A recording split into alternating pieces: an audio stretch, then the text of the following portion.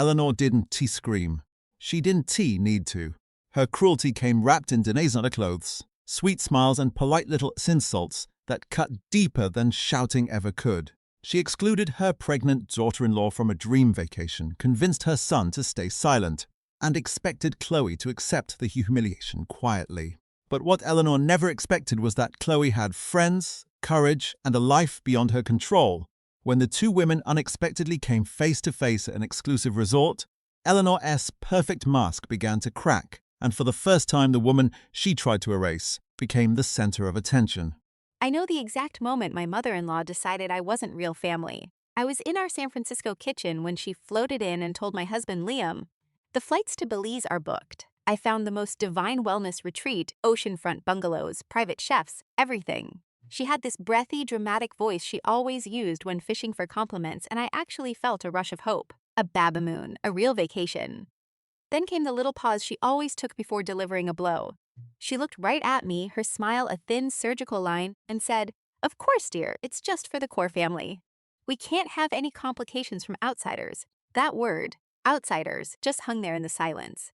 I opened my mouth, but nothing came out. And Liam, my husband, this man who swore he'd always have my back, just looked at his shoes and muttered, "Mom," before she waved him off. "Oh, darling, you'll be glad. Olivia despises humidity, don't you? And she needs to rest. She'll be so much cozier right here at home." I wanted to scream that I grew up in Florida, that I'd been dreaming of white sand and clear water, but my voice was gone.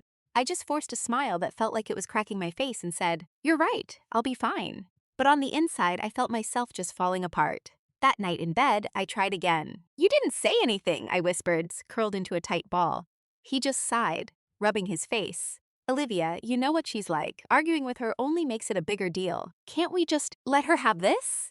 Let her have this. My husband wanted me to just step aside in my own life, to let his mother take him on my dream trip. I stayed awake for hours, promising this seasoning this was the last time.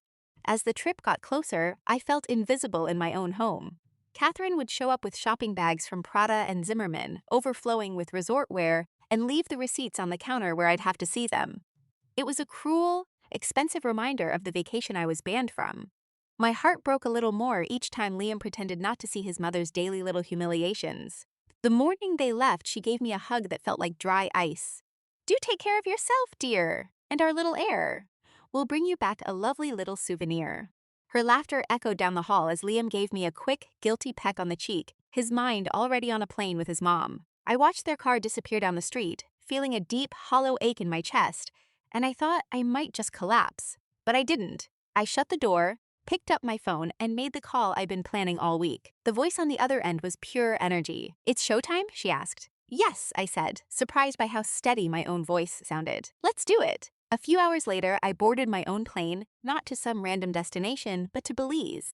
My best friend, Zara, is a stylist for A-list celebrities. She has connections you wouldn't believe.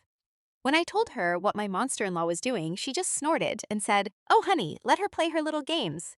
We're giving you a main character moment."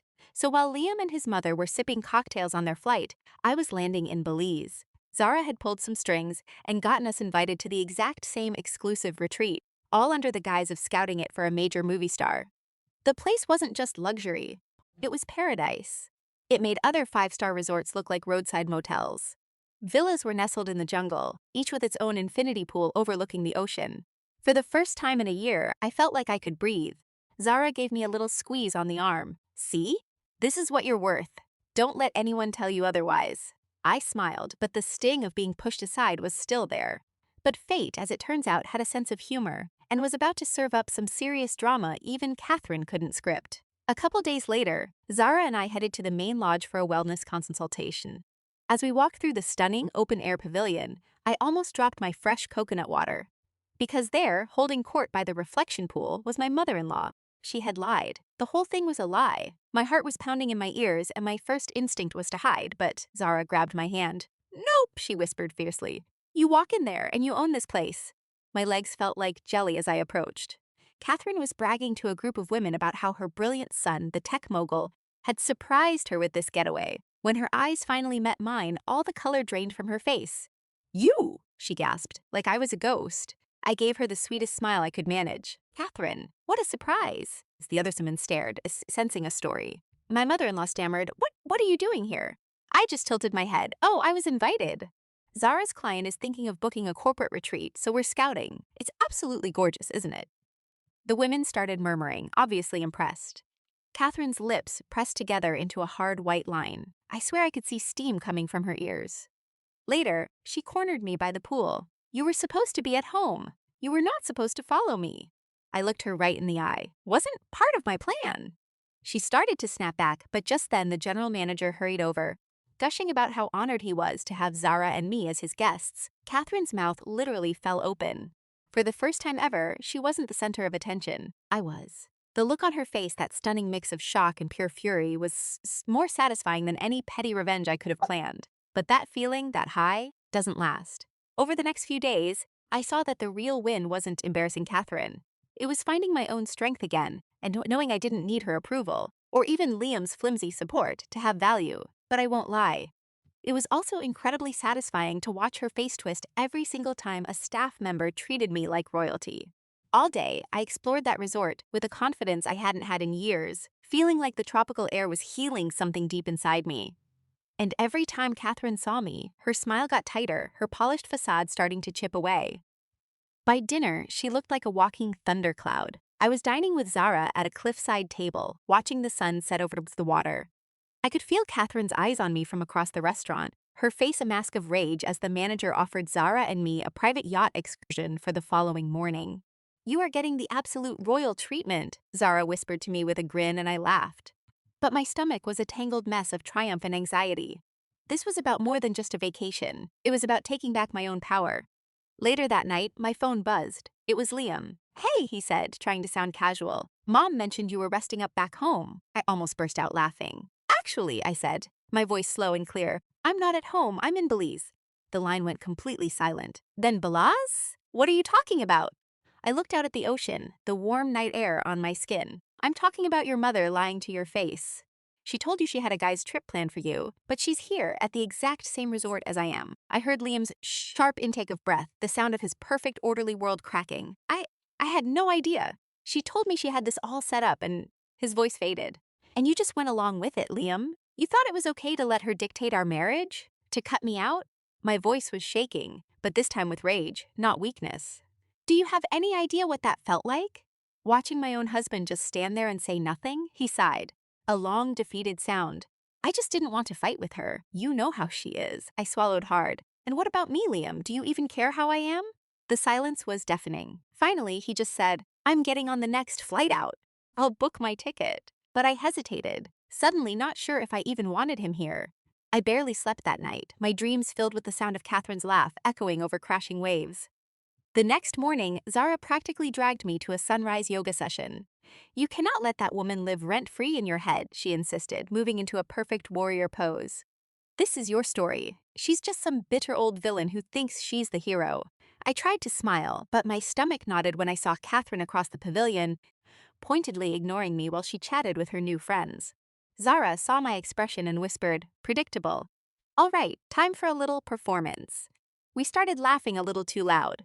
We moved through the poses, and when the instructor complimented my form for everyone to hear, I saw Catherine's fake smile tighten. After the class, she found me at the juice bar. What exactly do you think you're doing? She's hissed. I just looked at her. What do you mean? Her eyes narrowed. You are deliberately trying to humiliate me. I just tilted my head, my voice perfectly calm. Catherine, you have spent months trying to make me feel small. If you're embarrassed now, that's not on me. That's just reality finally catching up with you. She just stared, mouth open, completely speechless, and for a split second her eyes flashed with pure terror. Not of me, but of losing control of her world. Later that day, Mark finally appeared, looking exhausted and guilty. He found me by the fireplace, his gaze jumping from me to his mother. We have to talk, he said, guiding me away. Yes, I replied, my voice stone cold. We do. He rubbed the back of his neck. I had no idea she lied. She said you didn't want to come, that you'd feel overwhelmed here. I'm an idiot. I'm so sorry. His apology felt sincere, but the cold knot in my stomach wouldn't go away. Do you even get what you did to me, Mark? This was never about a ski trip. This was about dignity. Your mother has looked down on me since day one, and you just stood there and let her. His shoulders slumped. I was just trying to avoid a fight. I shook my head, my voice shaking with fury. Avoiding a fight isn't keeping the peace, Mark. It's surrender. He looked at me then, really saw me, and I watched shame wash over his face. I don't want to lose you, he whispered. My throat tightened, but before I could reply, Evelyn swept over. Mark, darling, don't let her blow this out of proportion. She loves causing a scene. He turned to his mother, and for the first time ever, he held his ground. No, Mom, you're the one who blew this up. You lied to us. You tried to run my marriage, and I was weak enough to let you. But that ends right now. My heart did something it hadn't done in years. It fluttered with hope. That night, the lodge hosted a formal dinner, and I sat with Mark on one side and his sister Sophie on the other, watching the snow fall outside. Evelyn sat a few tables away, totally alone. Her friends were whispering and keeping their distance, sensing the family explosion. For once, she wasn't the center of attention. I should have loved it, but instead, I just felt a strange pang of sorrow. Because no matter what, she was still Mark's mother. And this entire war wasn't just about her and me. It was ripping apart the man I married. After dinner, while people were mingling, I walked over to her. She saw me coming, her posture stiffening, ready for another argument. Instead, I spoke softly.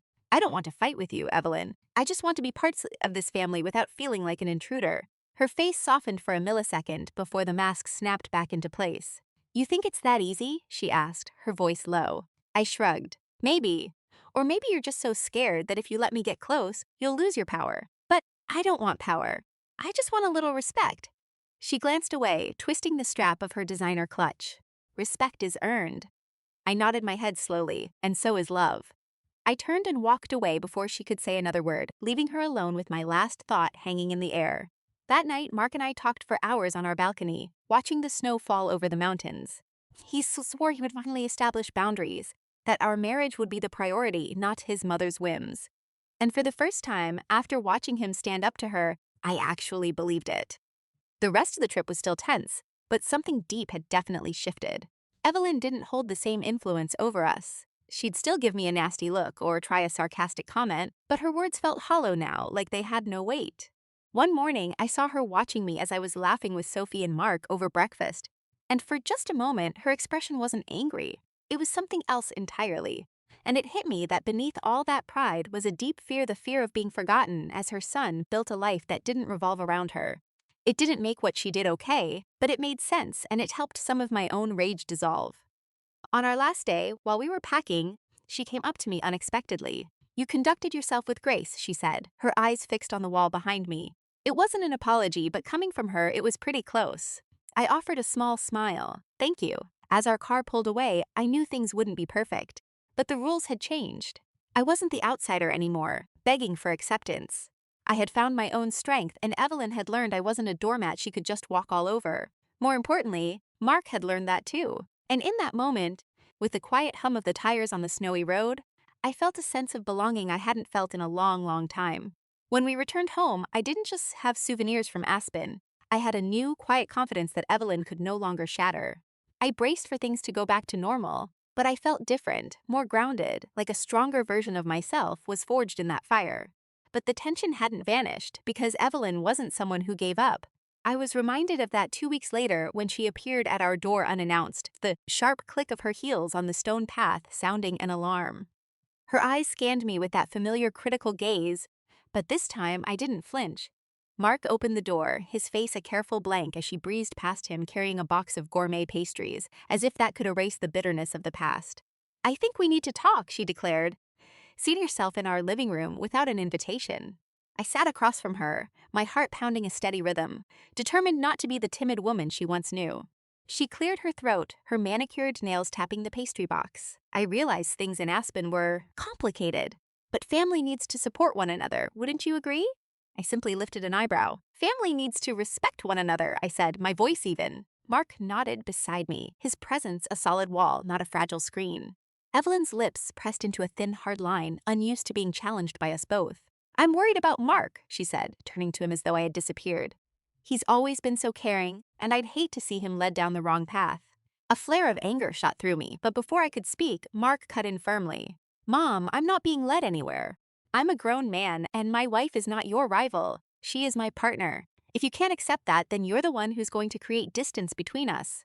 Her eyes widened at his words, and I saw a dozen retorts die on her lips as her pride battled with her fear of losing him. The silence stretched on until she finally whispered, I never wanted to lose you, Mark. My throat suddenly felt tight, Because in that moment, I saw a mother terrified of being irrelevant, not a monster. And while part of me was still angry, another part of me softened. You won't lose him, I said gently, surprising even myself. But you will lose both of us if you keep trying to force me out. She looked at me then, truly looked at me, as if for the first time she saw not an opponent, but just a woman who loved her son. And I saw a subtle shift in her eyes, a strange mix of defiance and reluctant acknowledgement. After that day, things didn't magically get better, but small changes started to occur. She'd still make a cutting remark now and then, but Mark would end it instantly. And sometimes, when she didn't think I was looking, I'd see her drop the tough act, studying me with a confused expression, like she was trying to figure me out. Several months passed, and one chilly autumn morning, 2 pink lines appeared on a stick. My hands were shaking, a wild storm of joy and fear crashing through me. When I showed Mark, he just wrapped me in his arms, both of us laughing and crying. We're going to be a family, he whispered, and for a moment, everything felt perfect. But then my thoughts turned to Evelyn. How would she react? We decided to tell her at a tense family dinner. She froze, her fork halfway to her mouth. Then, to my absolute astonishment, her eyes filled with tears. A grandchild, she breathed, her voice cracking with emotion. I never thought she trailed off, then she looked directly at me with a raw as honesty that completely disarmed me. Congratulations, she said, and for the very first time, it didn't sound like a threat.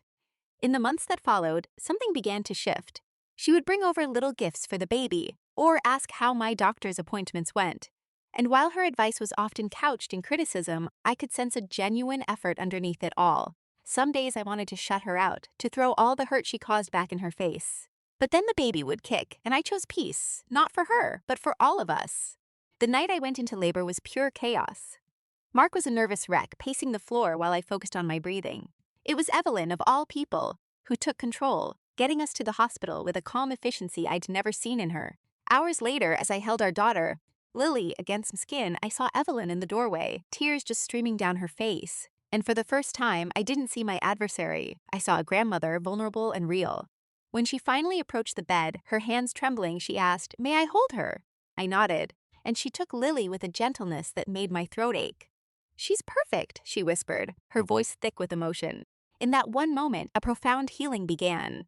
It wasn't instant, and it wasn't a magic fix, but it gave me hope for our future. The following months were a blur of sleepless nights, endless diapers, and a love so overwhelming it made it all seem possible. Evelyn visited often, sometimes overstepping her bounds, other times surprising me with her thoughtfulness. I was still wary, but I was starting to see her through my daughter's eyes. Lily would just light up whenever her grandmother entered the room, and maybe that was it. Family isn't about getting everything right. It's about making messes and cleaning them up together. Looking back, if Catherine hadn't tried to cut me out of that charity gala, I doubt I'd have the confidence I do today. Ethan and I might never have worked through the issues that made our marriage truly strong. What she found that night wasn't just my surprise appearance. It was the beginning of her losing that tight-fisted control and finding, maybe, a different path. And what I found was so much more the truth that my own value was never hers to define. I already belonged. And sometimes, the sharpest rejection points you toward your most important truth. Becoming a mother changed me completely. It took away every shield I had, leaving me open and vulnerable. But it also gave me a strength I never knew existed. As weeks turned into months of late nights and quiet dawns, with my daughter Lily asleep on my chest, I saw everything differently. I thought about Catherine a lot, wondering if her anger was just a cover for her own fears. Whatever the reason, she was in our lives, for better or worse. So slowly, I started letting my anger go, not for her, but for Lily. I refused to raise my child in the middle of a war over old wounds. Ethan also surprised me, stepping up in ways I wasn't sure he could. He drew a firm line with his mother, always putting our small family first. The path wasn't easy. There were still arguments, tense calls, moments where Catherine would slide back into her old habits. But it was different now because Ethan held his ground. He stood with me, and that feeling of partnership was a balm on wounds I thought might never heal. One freezing winter evening, almost a year after the Chicago Gala, Catherine invited us for dinner. I was hesitant, but Ethan just squeezed my hand and said, "Let's see if she means it." When we arrived, the house smelled of roasted garlic and fresh bread, and for the first time, Catherine's welcome felt real. It wasn't her usual stiff, polite smile, but something much warmer. Dinner was a little awkward at first. You know how old habits are. But as we talked, she asked about my interior design work, about Lily, and even complimented a scarf I was wearing. I kept bracing for the backhanded comment, the subtle dig, but it never came. After dessert, when Ethan took our daughter upstairs to show her his old room, Catherine and I were suddenly alone in the kitchen. The silence was thick. She poured tea and finally said, "I wasn't fair to you." My heart just stopped. I watched her, waiting for the catch, but all I saw on her face was weariness. "I thought if I just pushed you away, Ethan would stay the little boy I raised. I didn't want to see him grow up." Her voice shook, and for a second I saw the scared woman she kept locked away. "But he's not a boy, and that isn't your fault. It's my fault for not accepting it." I swallowed, a million different feelings churning inside me. I had wished for an apology, but I never thought I would actually get one. "I never wanted to take him from you," I whispered. "I just wanted to be with him." She gave a slow nod, her eyes wet. "I see that now. It wasn't some big dramatic scene, just a tiny crack in the wall between us. And honestly, that was enough. Life found a new normal. Ethan and I juggled our jobs, a toddler, and this delicate truce with Catherine, who sometimes shocked us with genuine kindness. She'd babe it without a single criticism, bring food without a comment, and sometimes, seeing her hum to the baby, I'd see the woman she might have been if fear hadn't warped her love into control. But it wasn't perfect. Her old habits would flare up, questioning our parenting with a little jab. In those moments, I'd have to take a breath and remember that healing isn't a straight path. Forgiveness isn't something you do once, it's a choice you make every day. Still, the arguments were smaller, more manageable, because I wasn't that powerless girl anymore. That spring, my friend Sarah came to visit. Over coffee, she grinned and said, "You've come a long way from that panicked call about Chicago. Who knew that nightmare trip would solve everything?" I just laughed. It wasn't Chicago. It was me finally realizing I didn't need her permission to be happy. Sarah raised her mug. To being happy, no permission needed. We tapped our mugs together, and I felt so grateful for her for this whole insane ride. The real challenge came that summer when Ethan suggested a family vacation. All of us, including Catherine. My first instinct was pure panic. The idea of being stuck with her for a week brought back all that old stress. But then I looked at my daughter, who was toddling around the room, and I knew I wanted her to have memories of a complete family, not a broken one. So I said yes, and we booked a little cabin on the coast. To my complete shock, the trip was actually nice. Catherine helped with the cooking and told stories about Ethan's childhood. There were a few tricky moments, like when she insisted Lily needed a wool blanket in the summer heat. But Ethan handled it calmly, and I never had to say a word. One night, as we all sat by the fire pit, she turned to me and said quietly, "You're a good mother." Those 4 words went straight to my heart like a key turning in a lock I thought had rusted shut. I smiled, trying not to cry. "Thank you." And right then I understood. The woman who once tried to push me out of her son's life was now, piece by piece, making room for me in her own. Our story wasn't over and it wasn't perfect, but it was ours. But I also knew I had changed, that I could handle whatever was next, because I had learned to measure my life by the love I gave, not by her approval. Years later, when my daughter was old enough to hear family stories, I told her the good ones and the tough ones. Because family isn't about never getting hurt. It's about how you fix it, whether you build a bridge or just let it burn. And sitting there as Catherine hummed our daughter to sleep, I knew the scars wouldn't just disappear, but they had taught us that love, even when it's messy and imperfect, was worth the fight. As the years went by, life settled into its own rhythm. Ethan's architecture firm did well. I was happy as a mom and with my part-time work. Our daughter went from a curious toddler to a little girl with 1,000 questions a day. And Catherine was always there, a presence that once felt like a hurricane but had calmed into something more complex I could navigate. Sometimes the old Catherine would surface, like when she insisted Lily had to take ballet because all proper girls need that kind of poise. But now, I didn't feel cornered. I just smiled and said, "That's a nice idea, Catherine, but we'll figure out what's best." And Ethan would back me up, his calm voice proving our team was unbreakable. And even though Catherine would sigh, she'd let it go. Every time that happened, every time she yielded without a huge battle, I could feel our family finding its equilibrium. But the past still had its ghosts. One rainy afternoon, folding laundry, I thought about that moment when she told me I wasn't invited on that trip to Paris, and the sting of it hit me again, just for a second. But then, I heard my daughter laughing in the other room as Ethan read to her, and I knew that pain didn't define me anymore. It was the fire that made me stronger, but it wasn't my home. I carried the scar, sure, but I also carried the strength. One summer, my friend Sarah visited again, full of stories from her latest adventure abroad. We sat on the deck with iced tea, watching our kids play, when she leaned in and whispered, "So what's the latest with the Queen Mother?" I laughed. "She's evolving." Imagine a tiger learning to purr. Sarah snorted into her glass. Well, don't let her get her claws out again. You fought too hard for this piece. I nodded because she was right. Catherine and I had a fragile understanding, one that needed constant work, a lot of patience, and very clear boundaries. And the biggest test arrived the year we decided to plan another big family trip. This time, it was a vacation we were all planning together.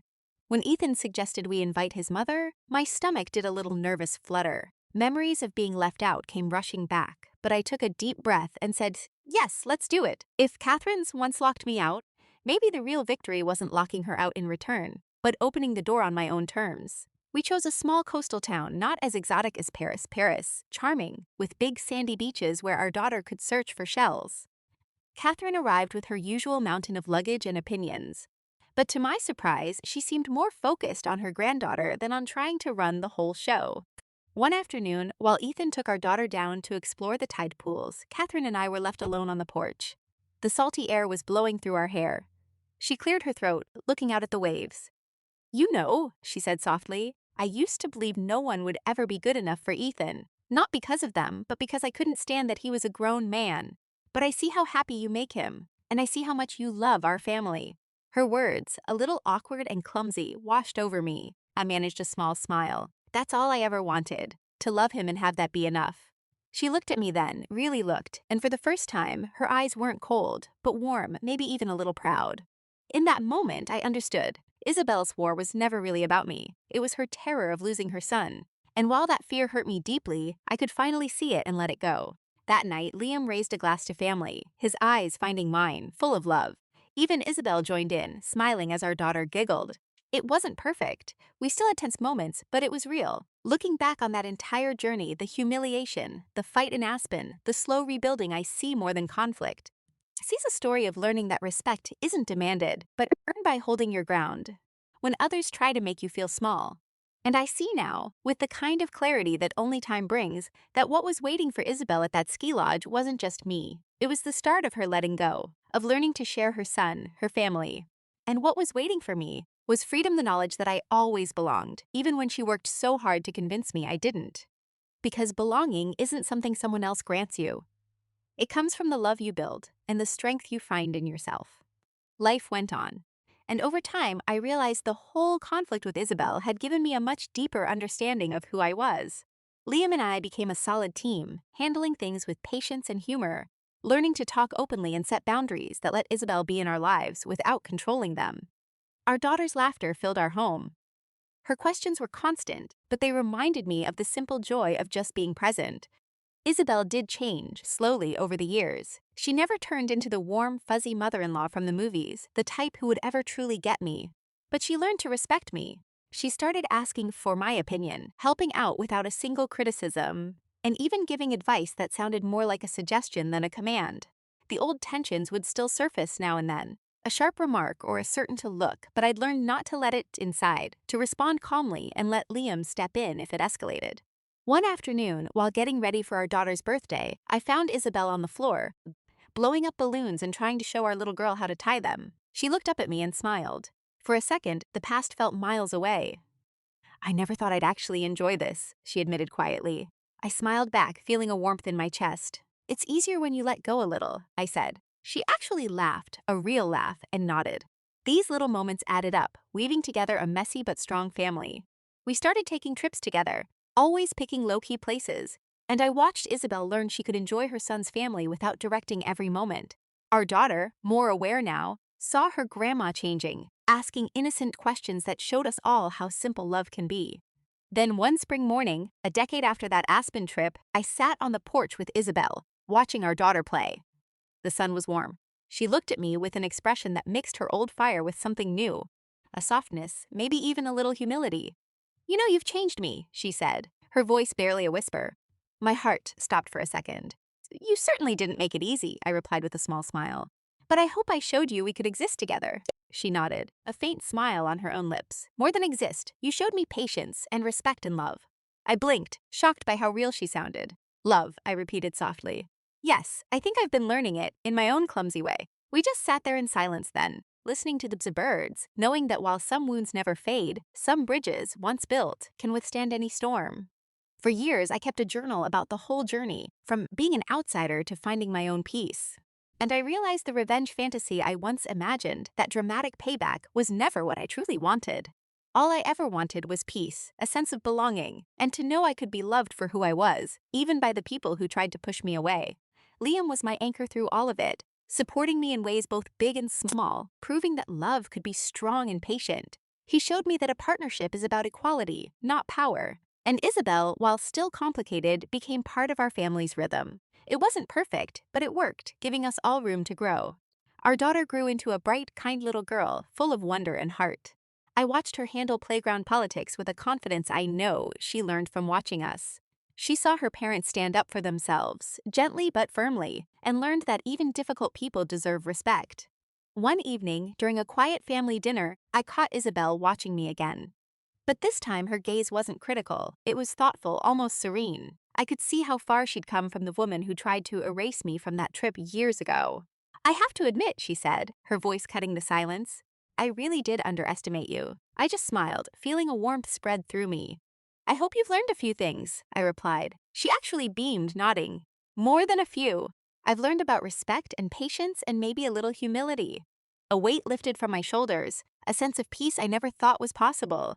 The road to get here was long and hard, but it led me to this moment, to a family that was messy but strong, held together by love and a real effort to understand. In the years after, we celebrated everything together: birthdays, holidays, anniversaries. Each one was a small victory, a reminder that broken relationships can heal, that people can learn to let you in. And I never forgot that moment in Aspen when I refused to be left behind. That was when I found my own strength, when I learned that standing up to that kind of unfairness was the first step toward getting my life back. It was a lesson that has stayed with me. The knowledge that I could face any challenge, that being pushed aside could actually make you stronger, and that real love, built on respect, has the power to soften even the hardest hearts. As I look around now, with Isabel quietly helping our daughter with a school project and Liam reading beside me, the evening light filling the room, I get it. What was waiting for her at that resort wasn't just me. It was the beginning of her own long overdue transformation. And what was waiting for me was a life filled with strength, love, and the knowledge that I always belonged. Not because someone gave me permission, but because I decided to claim my space, to stand tall and build this family with them. The last few years of our journey with Isabel weren't about big dramatic fights anymore, but about the small, quiet victories. I realized the real win wasn't seeing her lose control. It was the peace that came from taking back my life, finding my voice, and creating a family where love and respect meant more than fear. Sure, there were still tense moments. Isabel could still be stubborn and slip into old habits.